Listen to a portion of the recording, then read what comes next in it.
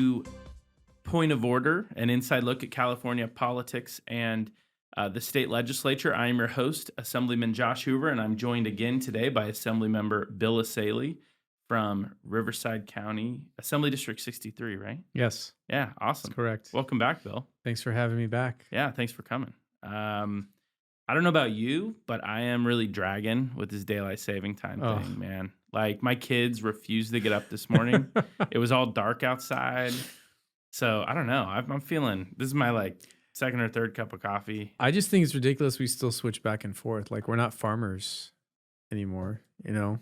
And all the farms have been aren't they automated now? Or I don't know. I don't know what farmers do, but I think it's time that we pick one. Yeah, and stick to it. I hear you. Which one would you pick? Yeah, so let's just have this conversation off the top because Treetah has a bill. Treetah has a bill. I think Roger Nilo has a bill as well in the Senate. Both of theirs would move it to standard time year round. Is that what we just had? Which is what we were on. So that means less I'm on the daylight. I'm in the other camp. Yeah, see, that's what Joe Patterson said too. I'm in the other camp. I like my days long. You like the light at night, not in the morning. Well, right? I mean, you still get light in the morning. It's not that. That's very dramatic to say that. Well, this like morning, dark in the morning. This morning was pretty bad, but well, the days get longer. First few days are always the worst. When you switch, especially with the one we did over the weekend, which was and they say these things like, well, you don't want the kids to walk to school in the dark. Well, they're gonna walk home in the dark. What's the difference? Well, not at 3 o'clock. Yeah, well, it does it gets dark earlier in the winter. So yeah, like 5, 6. Yeah, but I mean, I don't know. You got after school programs or walking home in the dark. Okay, who in America today is letting their kids still walk to school? Up until a year ago, my kids walk to school every day. Walk to school. Walk to school, mile. Seems sketch. Yeah, but I live. I like my neighborhood. Yeah, but. My kids walked to school when they were in elementary school. But at that point in time, we literally lived 2 blocks from the school, and it was in our neighborhood. So it was like, well, we'll get them some reflectors and flashing lights. They'll be okay. If your kid can walk to school, man, it depends on the neighborhood. I guess. It depends on the neighborhood. There's a lot of factors. Obviously, you got to have safe neighborhood, which we have fewer of in California. Distance, for sure. Distance. But it breeds so much independence, and it's also an excuse for not having to drop them off every day. This is really what it's about, nice. Isn't it? But this is what it's really about, isn't it? Less work for the parent. Okay, for the parent, it's amazing. No lies there. It's amazing for the parents, but it really does. Your kid, how old's your oldest? 15. So he's ready to drive soon. In high school. He's looking at. He just turned 15, but we're looking. Does he want his permit? No, he does not. Why do the kids? Okay, Absolutely that's not. something we should talk about. Actually, is when I was 15 and a half, I got think my about permit. Anything else. And on my 16th birthday, I took school off. I got my driver's license. Exactly. Why do kids say not want to drive? I have no Why does idea. your son not want to drive?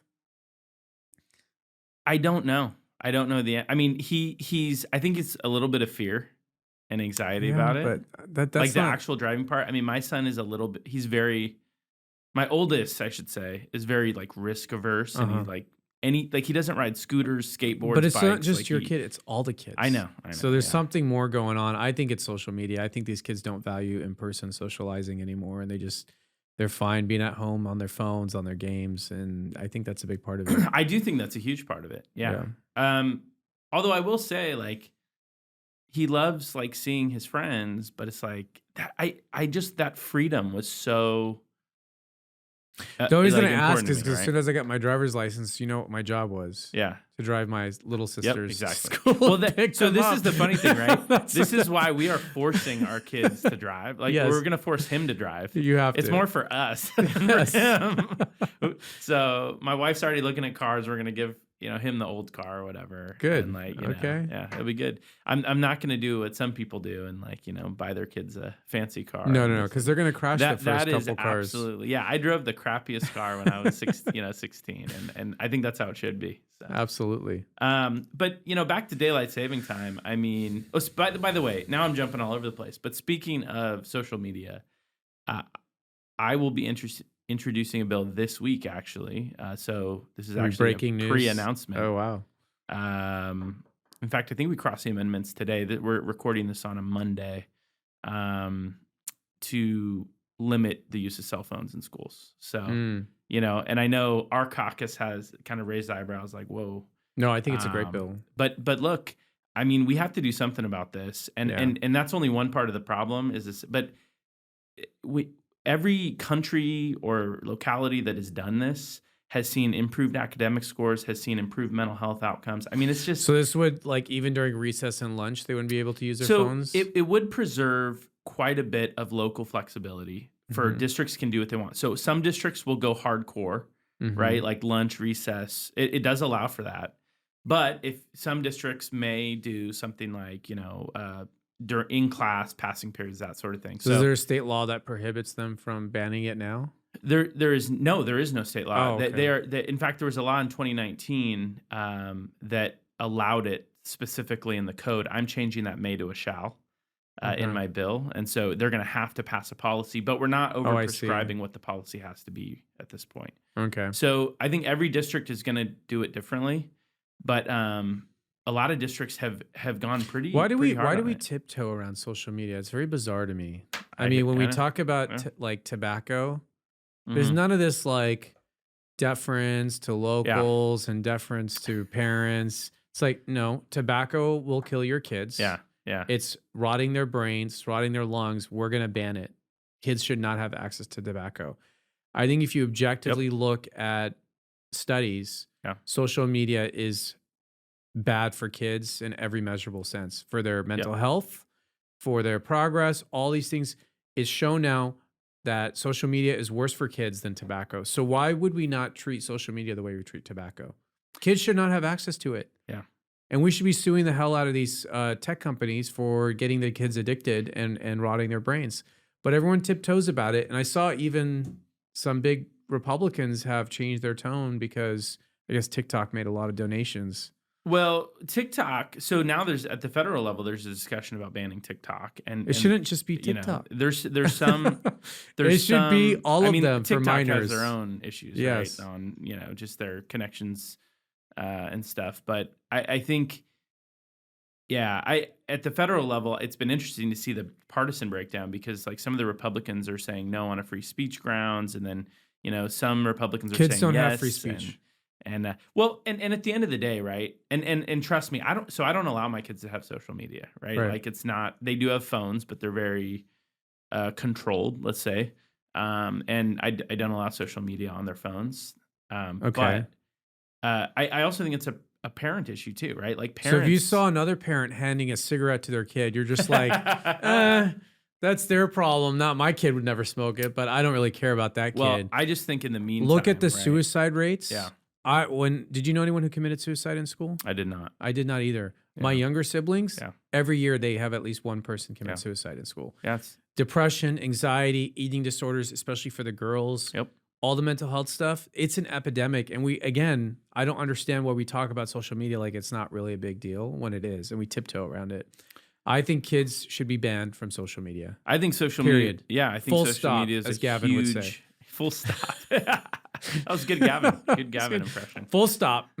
Period. I think social media is a huge problem, and I truly believe it's going to be one of those things that we look back on in 20 years or whatever, like we have done with a lot of other things, whether it's tobacco or asbestos or whatever it was.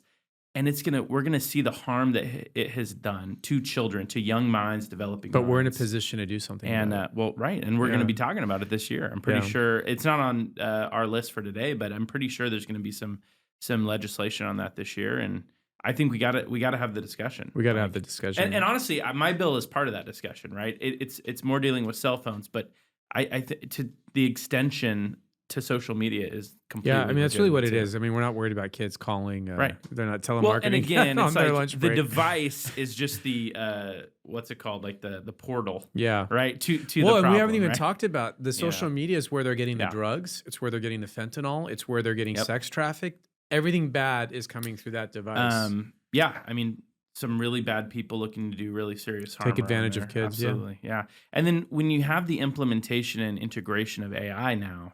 I was talking about this last week on the podcast about Joe Patterson's sextortion bill, Mm-hmm. where you don't even need, it used to be you'd have to convince a kid to send you a photo. Like a lot of these predators would convince that, and then they would extort them, Mm-hmm. with that photo. You don't even need to do that anymore with some of these AI generation tools, right? Right. They can And just so, create a photo. Yeah. And so it's just like horrifying, right? The Mhm. applications to do harm with Yeah. that. So totally agree. And I think, as we continue to get into Yes. those legislative Well, sign me up discussions, for you'll your come bill. back. You All right, can sounds sign good. me up. It's I like official. it. I got you on record. All right, There we good. go. But back to daylight saving time, because Yes. I want to. Actually, I'm going to do Should we something do we a haven't done competing before. bill? But you can't, and here's why: the federal government doesn't let you go to permanent daylight time. That's why the only states in the country that have no time change, like no. What do you mean they switch- won't let you? It's up to Congress. They can do whatever they want. Well, that's what I'm saying. Though it's not up to us in the legislature; Right. it's up to Congress, right? Right, but the legislature could submit a formal request. The to legislature could either go to standard time year round, which is what the tree and the Congress. We NDAs could do are, that independent without of congressional approval. You can Really? go to that's what Arizona does, and that's what I think it's Hawaii. I think that both of those do it. I know Arizona does. Oh, So they're both standard time. So right now, Arizona's in the Mountain West time zone. They're now the same time as us because they didn't move when daylight saving changed, right? So we're both now. I don't know that I'm going to vote for that. I like my summer nights. I know. I'm you not do. going to lie. I know. But I'm at in a Southern certain point, California. We got nice beaches and weather. I'm not trying to rush the darkness. but Congress has refused to take action on this, or at least maybe not refused, but they just haven't made it a priority. Yeah. And so I think a lot of states now are going, look. Well, call your congressman. I know. I think a lot of states It's now a are. state issue. Why would other members in other states care what California does? Well, there's like this coordinated effort now between Washington, Oregon, and California. Like, hey, we should all do the switch. So Oregon just passed the bill that says they will switch to standard time permanently if California and Washington do it by 2034. Okay. So it's like a, it's on the books in Oregon now. And so, the authors of the bills in our legislature are working with them to kind of make that happen. So I don't know. I think people are at a point where they're like, yeah, we agree daylight saving time is cool. But at the end of the day, what's worse than that is switching back and forth twice a year. I'm willing to deal with And it. So now you're I'll willing to deal with take it. a day of inconvenience for longer days. It's more like a week, but yeah, I hear you. I bet you if you polled people, most people would want to stay on this schedule. Okay, so we're gonna do that. We're gonna do that for the first time on this podcast. I'm gonna put up a Twitter poll on the Point of Order Twitter account. So for those that don't follow, it's at Point of Order Pod is where follow us on Twitter, X, whatever. But I'm gonna put up an X poll. Okay.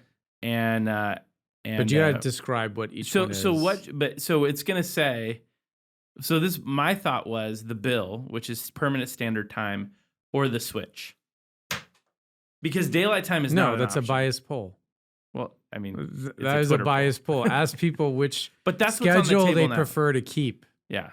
But that's what's on the table now. What's on the table this year? We can put whatever we want on the table. I could do a bill to do the other one. Is standard time or keep with the switch? That's the current decision. People won't know what table. standard time. You're going to have to tell them what that is. I'll try to explain. So say, do you want to go to bed at 7 p.m.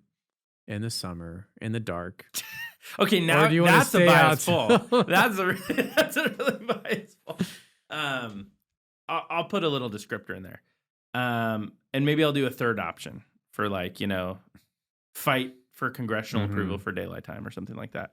But yeah, we're going to poll the listeners at Point of Order Pod on X or Twitter. Check that out. It'll be live when this podcast goes live and you can vote there and we'll report back on that next week. All right, let's get into our stories of the week. Big story we kind of finished with last week and is still a thing this week is this PaneraGate story. Yeah. I mean, what are your general thoughts on PaneraGate? And for the listeners that aren't up on this story, essentially it was a bill. The legislature passed a bill to raise the minimum wage for fast food workers. It included a very bizarre provision that appeared to exempt companies like Panera Bread by saying, if you baked and sold bread as a single standalone item before this date, then you're exempted from this minimum wage increase. Panera Bread CEO happens to be one of Newsom's largest donors. So that's just to set it up. But what were your thoughts when you heard the story? Yeah, initially? I mean, I come from the world where the appearance of impropriety is just as bad as impropriety itself. And here are the optics where you had a very contentious bill that was going to raise minimum wage and put really onerous requirements on fast food joints. Panera was one of the louder voices. He came up here to lobby against the bill. And all of a sudden he cuts a couple checks to Newsom of a couple $100,000, and then mysteriously, no one can explain, but then a exemption pops up in the bill, which appears to benefit nobody other than Panera. Yeah. So whether there's a direct quid pro quo or this is just like politics as usual, either way, it's bad. And so I think this is just a good case study to highlight how Sacramento works. And let's be honest, Josh, this isn't unique on this bill. This stuff happens here all the time. And it's I think pay that to is play. the key. That's the key point. Yeah. Right. Is the governor's initial excuse for this was, oh, it's just legislative sausage making. He's not wrong. Which he's not wrong. And that's and that's part of the problem. Like, even if we don't find that it was, direct quid pro quo, I mean, it really shines a spotlight on how Sacramento works. It is how Sacramento works. Everyone knows. If you look at most members, their largest contributors are from Sacramento. Lobbyists who have business within the state. And of course, like, none of us would ever do anything illegal or nefarious, but there is that appearance where you take money from an industry or group and then you vote for legislation that's helpful for them. That happens all the time up here. Yeah. So some of our colleagues have put forward a PRA request to try to get Public Records Act. Yeah. Sorry. Thank you. Public Records Act request to get at some of these internal conversations. I think there's a lot of questions on whether legally, those are going to be able to be obtained under the Public Records Act. But they are attempting to do that. That's, I believe, Senator Jones and James. Well, if the Gallagher. governor doesn't have anything to hide, you should show his records. Yeah. Now, I don't think he's dumb enough to really have anything written out of incriminating. Right. But if he's got nothing to hide, show us the records. And I think that's what really bothers everyone about this. Like I said, it's the optics, it's the lack of transparency. Yeah.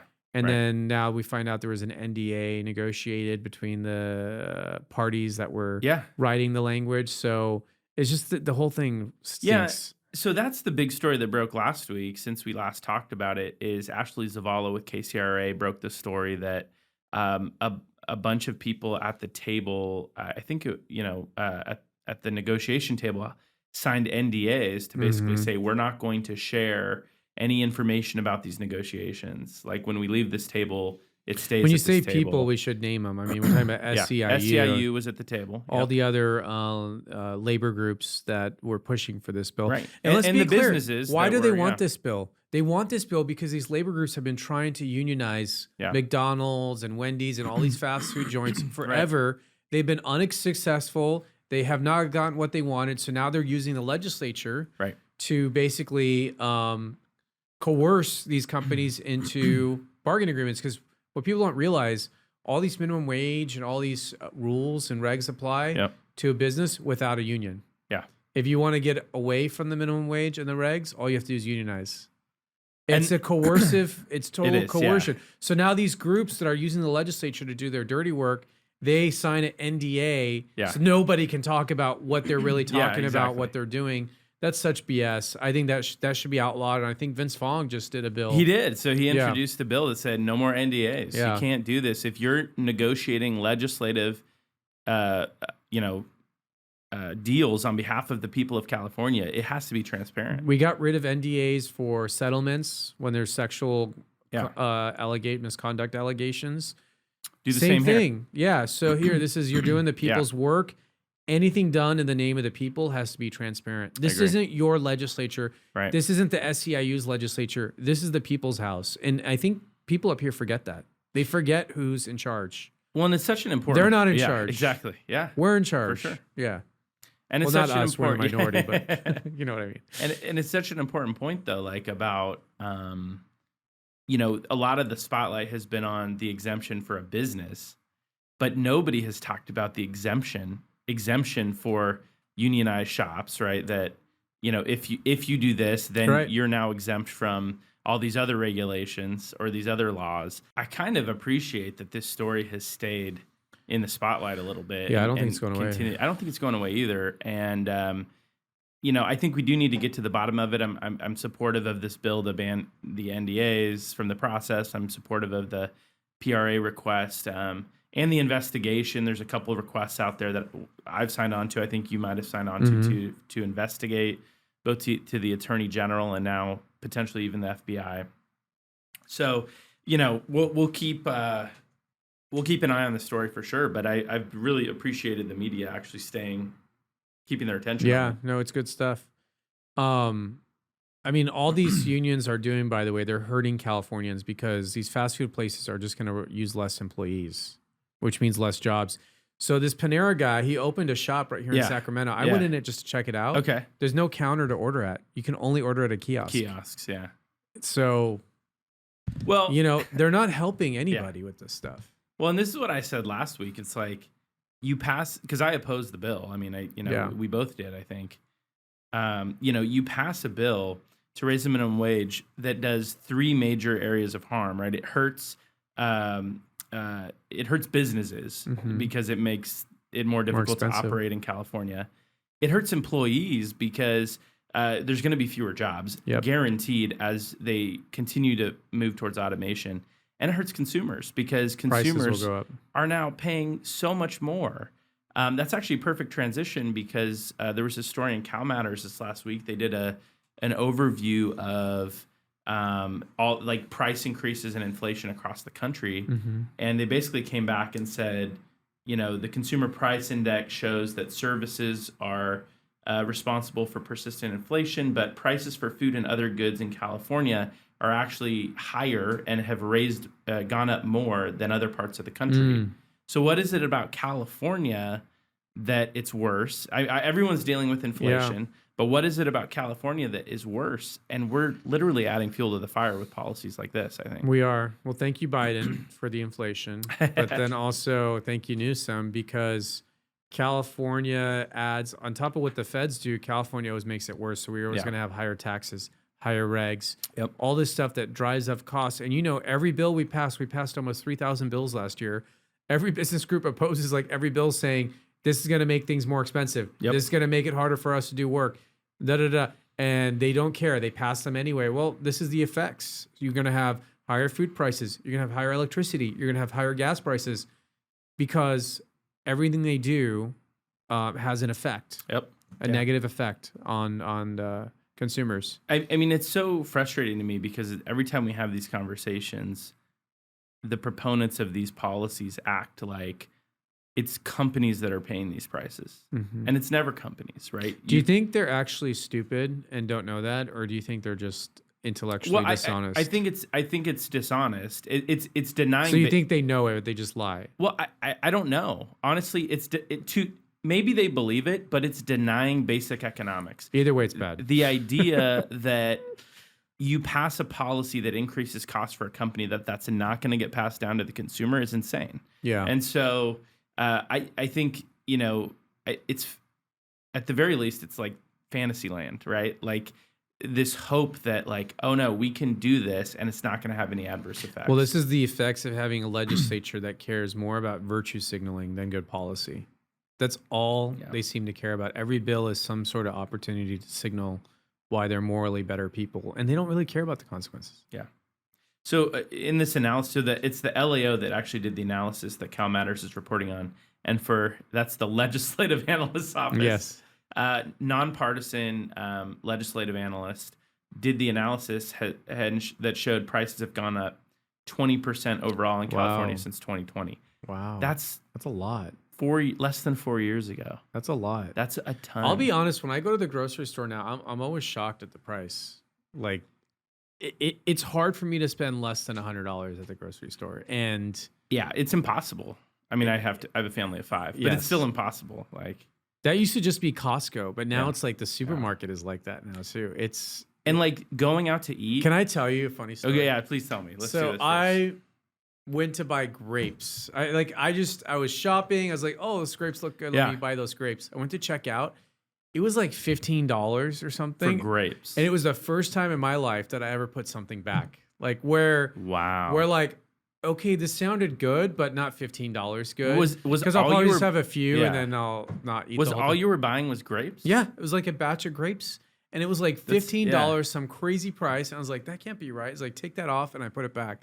First time in my life. Wow. I mean, I could afford it, but I just couldn't justify it. I was like, no, I'm not going to do that. That's interesting, like the idea of buying a single item and just seeing like, oh my God, how much does this actually cost? Yes. I mean, every time, and we don't go out to eat a lot, but when we go out to eat as a family of 5, it is insanely expensive. And it doesn't matter where you go. No. It doesn't. You can go to a fast food restaurant and it's still, $60-$70 out the door. I used to get out of In-N-Out for like less than $10. So In-N-Out is actually still they're pretty good, reasonable. But still, I used to be under $10. Now it's like closer to 14, 15. Yeah, and they're the best. You are getting 4x4s though. No, they're not. It's like 3x1s. Okay. But yeah, I think I'm just gonna have to start taking my family to the Costco food court for everything, every meal. No. All right, guys, we're going back $1.50 exclusive members only dining experience. Yeah, exactly. Costco. There you go. Yeah, members only dining. Although I think non-members can go there. That's the secret. Oh, really? Yeah, I'm pretty sure they can. But it's funny actually the story of how Costco has kept the price $150 over the years, because that's like they're losing money. They have to. They claim that they don't lose money, but they have made changes over the years. So they brought everything in shop. So they do the dogs themselves and the buns themselves, and they've got rid of the onions and they got rid of some of the so they've kind of reduced some of the other aspects of it, but they have kept that price. It's Costco you can't survive right. on a hot dog every day. No, you can't. But, you shouldn't. Yeah. But anyway, yeah, it's crazy, and I think I think consumers are really hurting right now for sure. I mean, I know my family has noticed huge increases, so I'm sure it's time for those kids to work. Right, you're telling me. So, a story in Politico this week: big blue cities are embracing conservative anti-crime measures. Here's why. This is Politico. San Francisco, Washington, and New York City are among the municipalities where policymakers are backing harsher policies. We've got San Francisco, they endorsed drug screening for welfare recipients. Washington City Council passed a crime package that will keep more people in jail while awaiting trial. New York's governor on Wednesday, this was last week, last Wednesday ordered hundreds of National Guard troops deployed inside the city's troubled subway system. So these are some of the examples. Yeah, in just but the they're last like, couple weeks. so I think the Democrats, they're really good at reading polls, and they know this is a big issue for voters, and so they do this stuff to give the appearance like they're tough on crime, but they're not actually tough on crime. Gavin Newsom does this crap all the time, where he's like, "Oh, I'm sending 20 chippers CHP. We've to talked Oakland." about that a lot. Yeah, and it's like, okay, let's actually change the policies that got us here, right? I mean, AB 109, Prop 47, Prop 57, they emptied the prisons. Our population has gone up over the last COVID-19, early release. Our population has skyrocketed in California over the last 30, 40 years, and we have not built any new prisons. We went from having 180,000 prisoners in custody. We're now down to half, 90,000 prisoners in custody, and the governor keeps closing prisons. And they wonder why crime goes up. And so you can tinker, you can send out National Guard, you could send out CHP officers, but you got to reverse the bad policies that got us here. So I hope people don't give them a pass, and I hope the media doesn't give them a pass either. These are window dressing things. Band-Aids. In an election year. Yeah. And after the election, they'll go right back to where they were before. They don't believe it. It's definitely interesting to see, and I think I agree. I think it's window dressing. I think it's a Band-Aid approach. We see the governor do this a lot, where he sends CHP somewhere, refuses to get behind the initiative to change Prop 47, refuses to even really embrace a legislative solution, and keeps kind of like doing these press releases to make it look like he's responding. Joe Patterson was on the podcast a couple weeks ago and also brought up the prosecutors they're sending to Alameda County or whatever. And he's like, you know what you need in Alameda County is a prosecutor that actually prosecutes, That's what you need. Like, Yeah. you don't need more prosecutors. You Right. need the You need DA the authority. You need the to authority. actually enforce the law. Like, Right. it's not, so yeah, it's ridiculous. So with speaking of which, there's a bunch of efforts in California this year to change Prop 40. I'm sorry, let me rephrase that. To deal with retail theft without changing Prop 47. I think that is completely the wrong way to go. I'm not saying I won't support those efforts, but that's not going to solve the problem.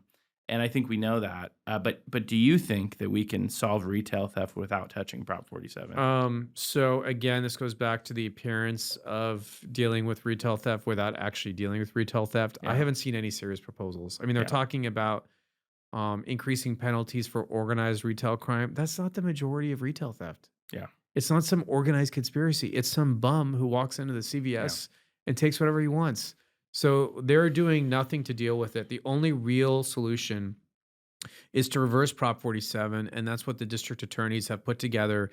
And this is going to get on the ballot, and it will pass and make a difference. So the legislature broke it. I don't trust them to fix it. I trust our men and women in uniform, our law enforcement officers and DAs. Yeah. They wrote this initiative, and that's how it's going to get fixed. So I don't take anything they do up here seriously.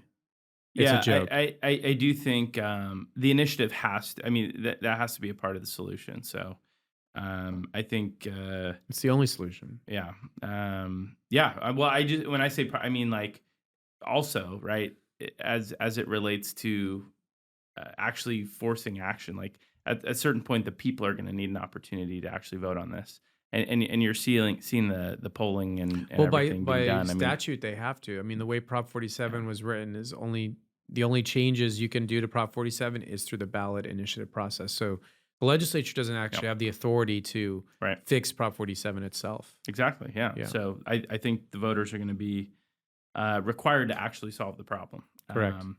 So speaking of voters, Proposition 1 was on the ballot last week. It is currently sitting, I just pulled it up here, and again, this is a Monday we're recording this, 50.3%, so this might be... I have it at 50.2. 50.2, okay. I'm on the Secretary of State, but this might be different. 50.3, you're right. This might be different by the time this podcast actually releases in a couple days, but it's up by 30,000 votes with, I think there's still over 2 million ballots left to process. I mean, you want to talk about... It's going to fail. You think so? I think it's going all right. down. Well, we'll see what happens when this. By the time this is released, we'll see. I mean, we won't even know by the time it's released. Let's be honest. Let's be honest. Our homeless problem is not a money issue. Yeah, and I think people are done. They're done. We've spent $23 billion on homelessness. It's only gotten worse. Yeah, they haven't proposed any meaningful solutions, and now he wants to spend another $7 billion on what? Yeah. I don't even know. Do you know what this thing really does? I know that it continues our housing first policies that haven't worked to this point. And so it's like, why would we continue to double down on something that isn't working? But interestingly, and maybe this will fail, you very likely, your prediction could be right. But even if it passes by the narrowest of margins, I mean, what signals that send? You had a support campaign essentially that was through the roof, supported by a bunch of people, and pretty much no opposition campaign, right? And yet the voters still said, no, we're good. Even though the initial polling on this was very positive. I think that says a lot about where Californians are right now. It does, but if it passes, it's not good because they just, well, right. I mean, it reaffirms or rewards their tactics. Yeah. Yeah, so I just think I don't think the Democrats will see it as a loss if it wins by 50.1. They're going to claim victory. But right now, I think the people that supported this right now are sweating because they never thought that this was going to be this close. I really believe this was a surprise to a lot of people.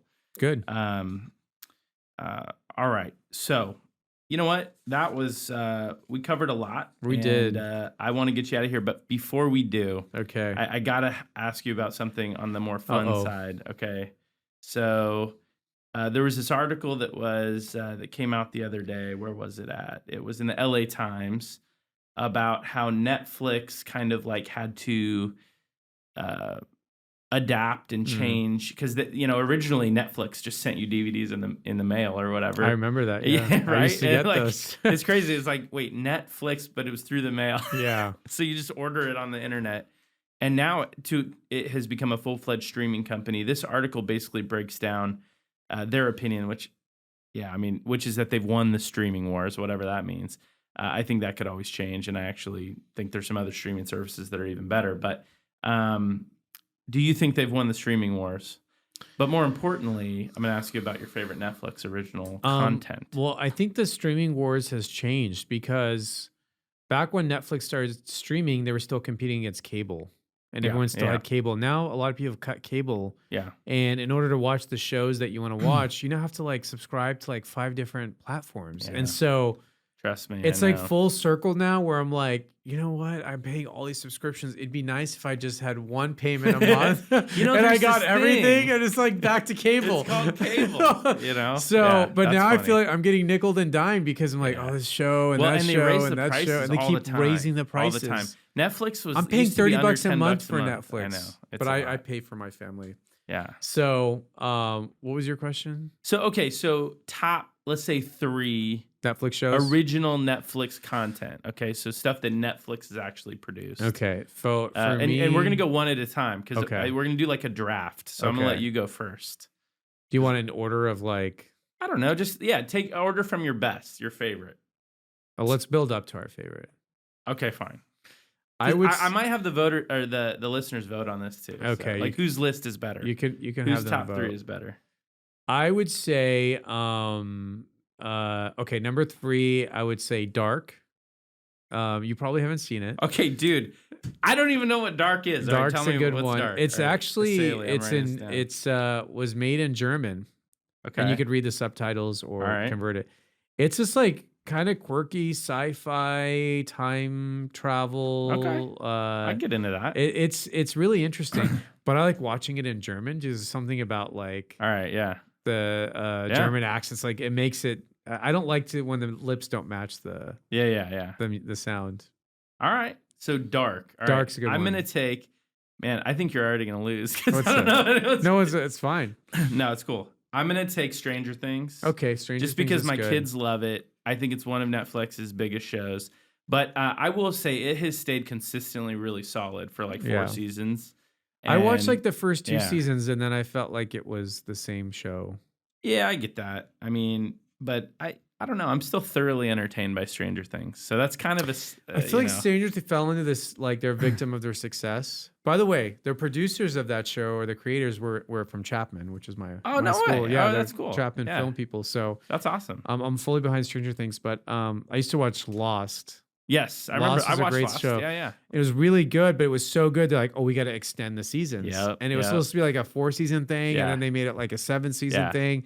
And at the end, the storyline got a little twisted and quirky. Yeah, the end of Lost dropped the ball. And I feel like Stranger Things it's so successful. So they want to keep it going. Yeah, I get it. They got one more season of Stranger Things, season 5, then it's done. Okay, so we'll see how they close it out. But I'm still thoroughly entertained by Stranger Things. Okay, so what would be the next one for you? Ozark. Is that an original Netflix? I believe it is. I think it is. Yes, it's Ozark. Yeah, you're right. My wife watched great. that. I did not watch it. It's really good, man. We have different television tastes. I think. I hear it's awesome. I love Jason Bateman.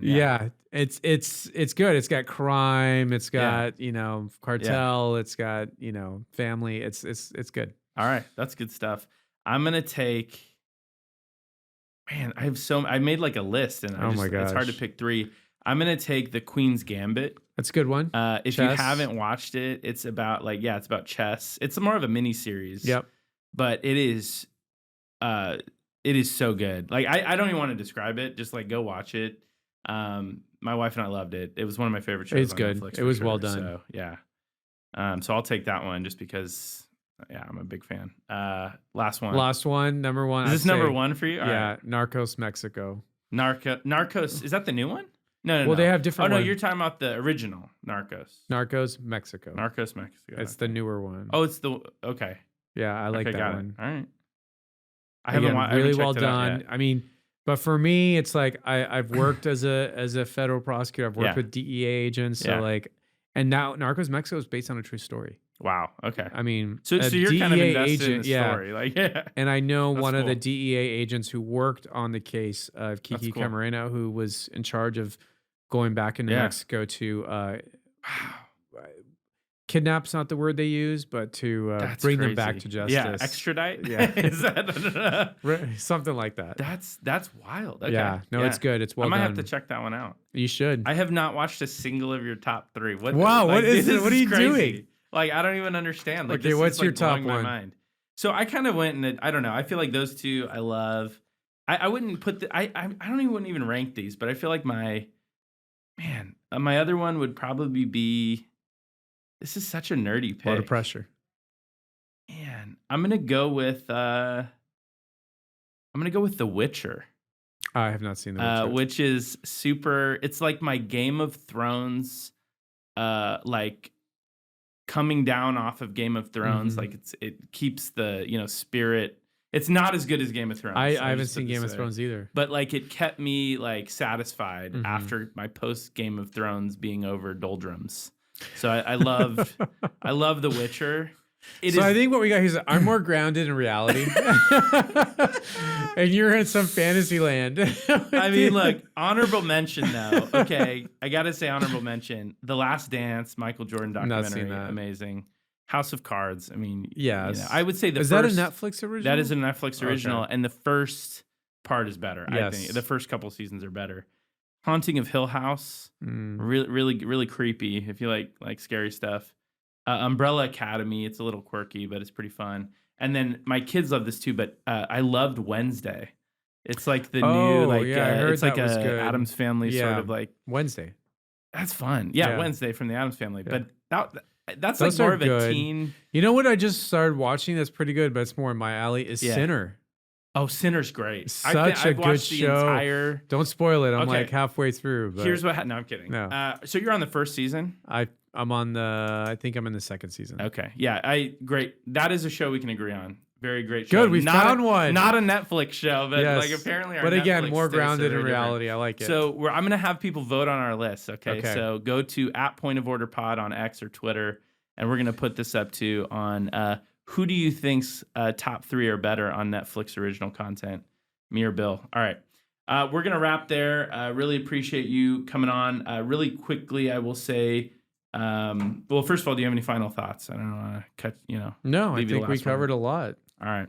So no announcements today. You can share ideas of future shows, pointoforderpod@gmail.com, watch and subscribe, or follow on YouTube, Twitter, X, Instagram, Facebook, Threads @PointOfOrderPod. Go and vote for these polls on X this week.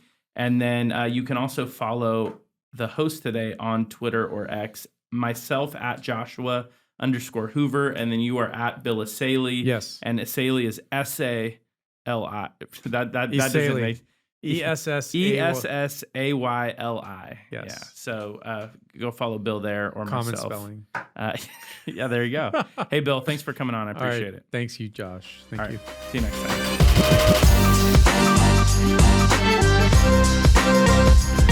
time.